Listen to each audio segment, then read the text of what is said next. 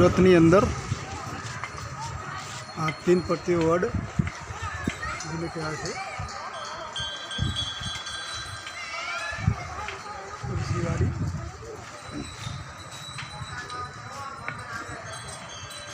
આ 3 પટ્ટી વડ અહીંયા આવેલો છે, જે કરણ રાજાનો અહીંયા શમશાન કહેવાય એમનું। તો 3 પટ્ટી વડ અહીંયા આપણે જોઈશું, કરણ રાજા વખતનો છે। નર્મદા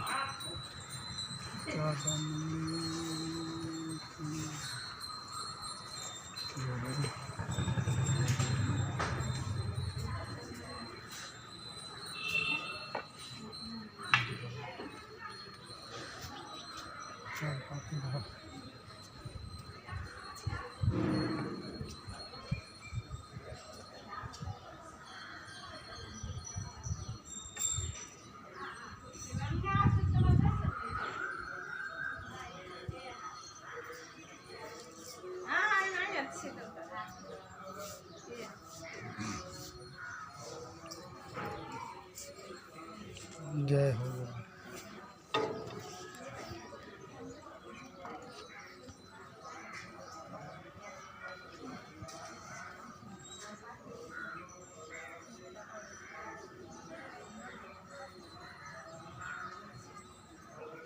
આપણે 20 મિનિટ તો આવી ગયા ને આવડો હતો। हाँ 20 આટલો વધ્યો। 3 પત્તાનો વડનું ઐતિહાસિક મહત્વ।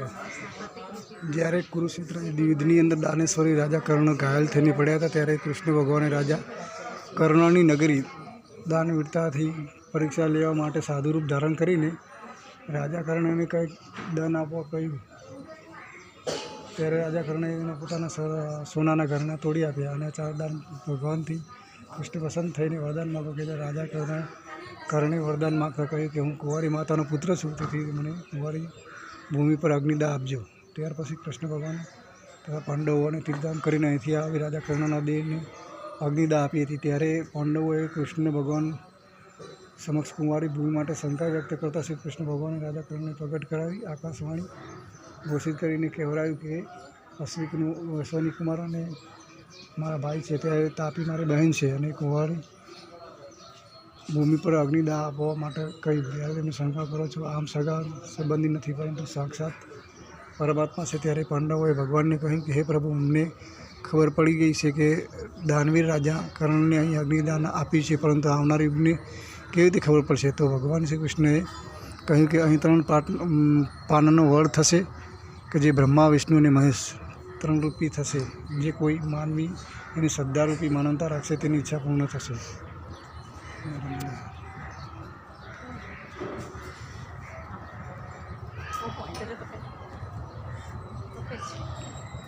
આ 3 પત્તી વડ છે, આપણે જોઈ શકીએ છીએ। આ 3 પટ્ટીનો વડ છે, આ સુરતની અંદર આવેલો છે।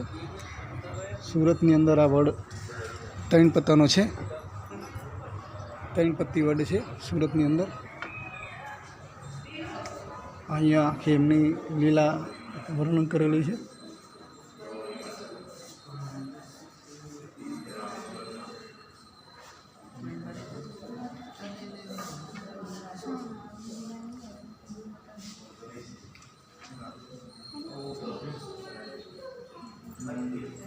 રાજા કર્ણને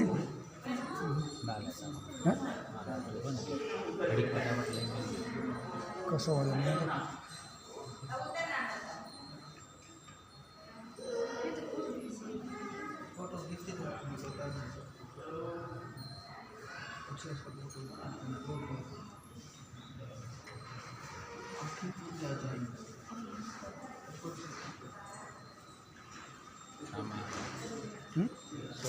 तपस्वी महाराज जी शामी का नाम बापू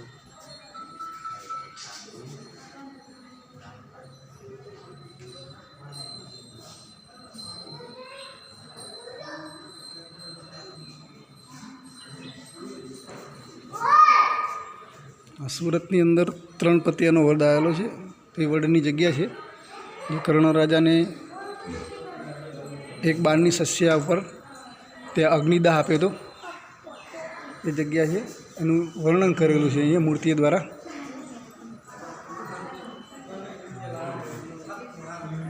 આપણે જે મેન વસ્તુ જોવાની હતી